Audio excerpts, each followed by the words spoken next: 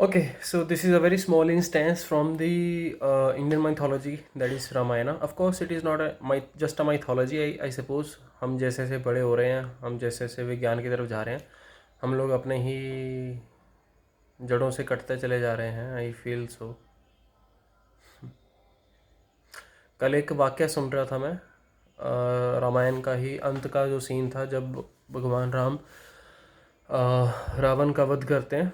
तो उस पॉइंट पे लाइक फर्स्ट डे जब रावण और श्री राम जी की आपस में लड़ाई होती है, तो उस पॉइंट पे भगवान राम रावण को बोलते हैं शाम के समय, जब पूरा युद्ध ख़त्म हो जाता है, मतलब कि चल अब तू जा घर पे वापस जा, कल अपने फिर से अस्त्रों शस्त्रों के साथ आना, आज के लिए तेरी बहुत दुर्गति हुई है. रावण बोला मैं रावण हूँ, मेरी दुर्गति नहीं हो सकती. ठीक है, अगेन उसका जो प्राइड था, जो ईगो था, that was kind of at a very extreme levels of his heads of course, sorry, 10 सिर थे उसके.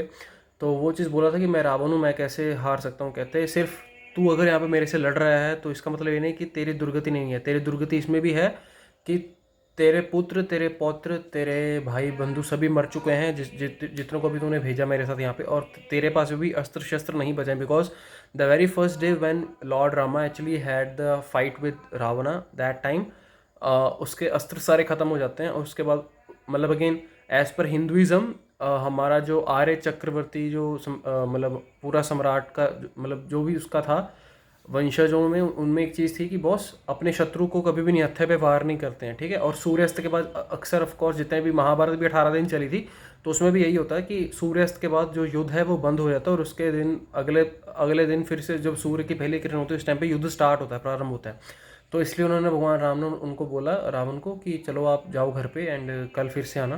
तो सेकंड डे जब उनका आगमन होता है, अगेन स्टार्ट होता है ऑफ कोर्स उस दिन, मतलब again they just fast forwarded that part of course. तो वहाँ पे एंड में मैंने यही सुना था कि राम जी ने 31 तीर, एक तीर चलाया था और उसके 31 तीर हो गए थे, और उन 31 तीरों से रावण के जितने भी सर थे वो कट गए, और उसके जितनी भुजाएं थी वो भी कट गई, सारी की सारी. 1000 भुजाओं वाला उसको बोला जाता था रावण को, तो वो सारी की सारी कट गई. एंड जब वो नीचे धरती पे गिरा, उस टाइम पे उसके मुंह से 3 बार राम राम राम निकला, हे राम हे राम हे Ram. The point that I wanted to make with this video is guys, again no matter what kind of things you are having of course. और उसमें उन्होंने एक बहुत ही प्यारी एक चीज़ बोली. कहते तुम अगर किसी दुश्मनी भी ले रहे हो तो भगवान से अगर तुम्हारी दुश्मनी है तो तभी तुम्हारा उद्धार हो जाएगा. ठीक है, तो वो चीज़ ऐसी मेरे को मतलब दिल को छू गई ऑफ कोर्स. एंड वो चीज़ थी कि हाँ, अगर आपका दुश्मन ही राम है, of course just imagine that if we all are Ravana here, okay, हम सभी अगर रावण हैं, तो हमारा अगर दुश्मन ही राम है, तो हर वक्त हमारे दिमाग में ही चिंता रहेगी इसको कैसे हराऊं. तो मतलब चाहते हुए या ना चाहते हुए तुम फिर भी भगवान का स्मरण कर रहे हो हर टाइम पे स्टिल. एंड कहा जाता है, मतलब उसमें बोला था उन्होंने कि जब वो उसकी रावण की मृत्यु हुई तो उसके जो, हाँ, 31 तीर छोड़े थे, उसमें से 30 तीर जो थे उसके सिर और उसकी भुजाओं का उन्होंने सभी का खंडन कर दिया था, नीचे गिर गए थे उसके मतलब जितने भी बॉडी पार्ट्स थे. और जो एक लास्ट तीर बचा था, 31st तीर, वो उसकी नाभि में जाके जो अमृत कुंड था वहाँ पे जाके लगा था, जिसके कारण उसकी मृत्यु थी ऑफकोर्स. उसके बाद उसका हे राम हे राम हे राम 3 बार जो फिल्मी डायलॉग होते हैं वो निकले थे उसके. Again I don't know like how far this is accurate और नॉट. ऑफकोर्स मैं वहाँ पे था नहीं. तो कहने की बात यह है कि लाइक अगेन अध्यात्म से जब तक तुम जुड़ोगे नहीं, तब तक वो तुम्हें चीज़ें जो हैं साइकोलॉजिकली भी समझ लगेंगी नहीं. उसके बाद ऑफ कोर्स वो इम्पॉर्टेंट चीज़ है जिसके लिए मैं वीडियो बनानी चाहता था. उसके बाद भगवान श्री राम ने लक्ष्मण को बोला कि जाओ छोटे भ्राता, रावण एक बहुत ही बड़ा नीतिज्ञ था, उसके पास जाके कुछ ना कुछ, उसके पास ज़रूर कुछ ना कुछ ऐसा होगा जो तुम्हें वो मरने समय में ज़रूर देगा. तो भगवान राम के कहे अनुसार लक्ष्मण जी जब उनके पास जाते हैं तो उनके सिर के पास जाके खड़े हो जाते हैं. तब रावण कुछ नहीं बोलता उस टाइम पे. वापस आते हैं, कहते हैं इतना घमंडी, अब मर गया, मतलब मरने वाला है, अभी थोड़े से जो सांस बची तब भी कुछ मतलब ऐसे बोल नहीं रहा है, घमंड उसका. कहते नहीं, ऐसी बात नहीं है. जब भी कहते किसी के पास भी जाओ तो उसके चरणों के पास जाना चाहिए हमेशा. तो ये चीज़ कितनी ही हम्बल है of course, even though he is your enemy of course, but still if you want to gain some knowledge you still are suppose to go and bow near by his feet of course, not near by his head. ठीक है, तो ये एक हमेशा ज़िंदगी का असूल याद रखना. किसी के सामने भी जब हाथ फैलाओगे ऑफ कोर्स, तो कुछ भी लेना हो ज़िंदगी में तो भैया हम्बल होके ही तुम्हें वो चीज़ मिलेगी. अगर बोलोगे हाँ भैया मरने ही वाला है, क्या ही कर लेगा साला, मतलब इस तरीके से तुम जाओगे तो ऑफकोर्स वो भी तुम्हें चाहे मरना भी वालो तो कभी वो चीज़ ऐसी चीज़ें नहीं बताएगा। मतलब ये बहुत ही इंपॉर्टेंट ना, लाइक बहुत ही छोटे छोटे पॉइंट्स हैं जो आई फील लाइक आजकल हमें हमारे समाज से ये चीज़ें विलुप्त होती जा रही हैं जो हमारी हिंदी संस्कृति थी ऑफ कोर्स, जिस हिसाब से हम काम करते थे।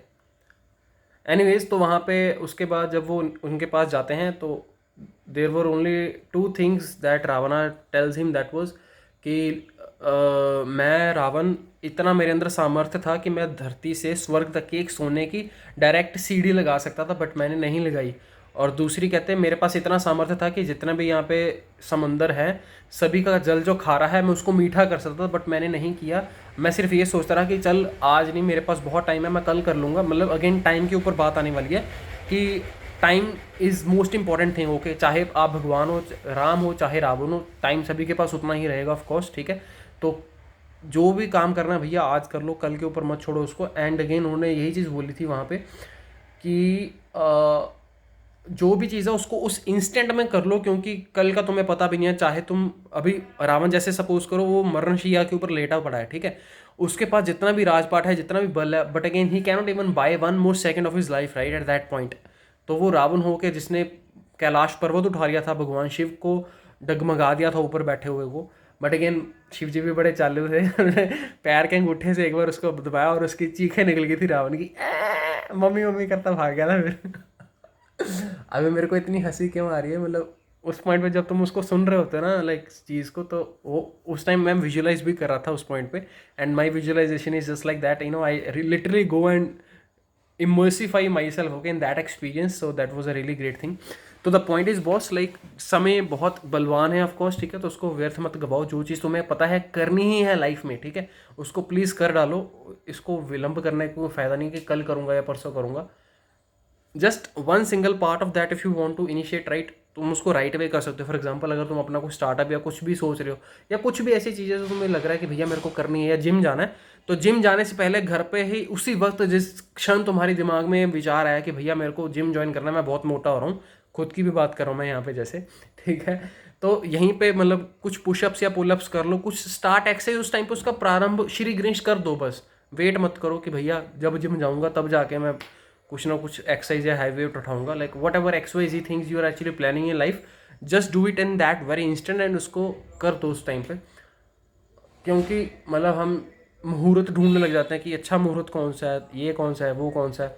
उन्होंने ये भी चीज़ बोली थी वहाँ पे उस पॉइंट पे कि किसी भी काम को करने का सही मुहूर्त वही होता है जिस पॉइंट पे उसको शुरू कर दिया जाए, उसके बाद उसकी और कोई चीज़ नहीं होती। अगर बहुत लोग बोलेंगे कि जैसे मतलब अगेन उस टाइम पे ना जब सेकंड डे जब स्टार्ट हुआ था तो भगवान राम के पास ना खुद का रथ नहीं था, ठीक है, he was on the ground. And Ravan ये बोला था कि भाई जब उनको बोला ना उन्होंने फर्स्ट डे राम जी ने कि तेरी बहुत बड़ी दुर्दशा हुई है, तो कहते दुर्दशा और मेरी रावण की, भाई तू पैदल है नीचे ज़मीन पे और मैं रथ पे ऊपर अभी भी आरूढ़ हूँ। तो ये चीज़ अगेन अगले दिन इंद्र ने क्या कि इंद्र जो स्वर्ग का देवता है on the first priority basis, तो उसने अपना रथ भेजा था। मैथिली क्या नाम था उस बंदे का, मेरे को भूल गया, मतलब कल ही मैं सुन रहा था पॉडकास्ट एक्चुअली, तो उसमें उन्होंने बताया था कि उस किसी बंदे के हाथ उन्होंने भिजवाया था रथ अपना, मतलब बहुत ही सुसज्जित था, उसमें हर एक चीज़ अच्छी मतलब रखी हुई थी। अगेन लड़ने के लिए जो भी है एक वॉर जोन में चाहिए होती है of course. And that day like Ravan फिर उनको देख के अचंभित हो गया कि इसके पास भाई रथ कहाँ से आ गया तो वो भी चीज़ है कि जब तुम एक बड़े कॉज के लिए निकलते हो ऑफ कोर्स, तो you get the help from all the people, you know, चाहे तुम्हें वहाँ से एक्सपेक्टेड हो भी ना हो, but still you get all the help again because you are working for the righteousness cause of course, ठीक है। धर्म की लड़ाई में हमेशा आपको बहुत सारे लोग जुड़ेंगे, धीरे धीरे करके जुड़ते हैं, क्योंकि it is kind of a thing. जैसे स्टॉक मार्केट में बहुत जल्दी फॉल आता है ना, जैसे कोरोना के टाइम पे फॉल आया था, एक महीने में सारा का सारा फॉल आया था, बट उसको रिकवर करने में मार्केट को ऑलमोस्ट 1 साल लग गया, ठीक है, और अभी ऑल टाइम हाई के ऊपर जैसे, मतलब ये हमेशा से प्रकृति का नियम है, जब भी क्रिएशन होगी it will take a lot of time of course. एक माँ जब एक बच्चे को जन्म देती है तो 9 महीने अपने पेट में रखती है, उसके बाद वो बच्चा धीरे धीरे जैसे बड़ा होता है, मरने में किसको कितना क्षण लगता है, लाइक अगर बिजली से करंट लगेगा तो उसी वक्त उसी क्षण मौत हो जाएगी, सांप के काटने से बंदा जल्दी मर जाएगा, मतलब डिपेंड करता है ऑफ कोर्स सांप कौन सा है। तो मतलब वही चीज़ है, किसी भी चीज़ की creation it takes a lot of time, whereas the destruction और the annihilation of that product it is just in an instant of course. और इट डिपेंड्स लाइक वो उतनी ही जल्दी होगी जितना तुम उसमें लाइक डिस्ट्रक्टिव पावर उसका इंड्यूस करोगे, तो वो चीज़ है कि लाइक मेरा अभी कहने का सिंपल सा कंक्लूजन यही है कि boss time is the most important asset of your life of course. Don't just let it go and waste it out, and जो भी चीज़ तुम प्लान कर रहे हो करने की उसको जस्ट जल्दी से कर लो, क्योंकि कल किसने भाई देखा नहीं है। तो कर दो उसको। That is all, thank you so much, जय श्री राम, बाय बाय।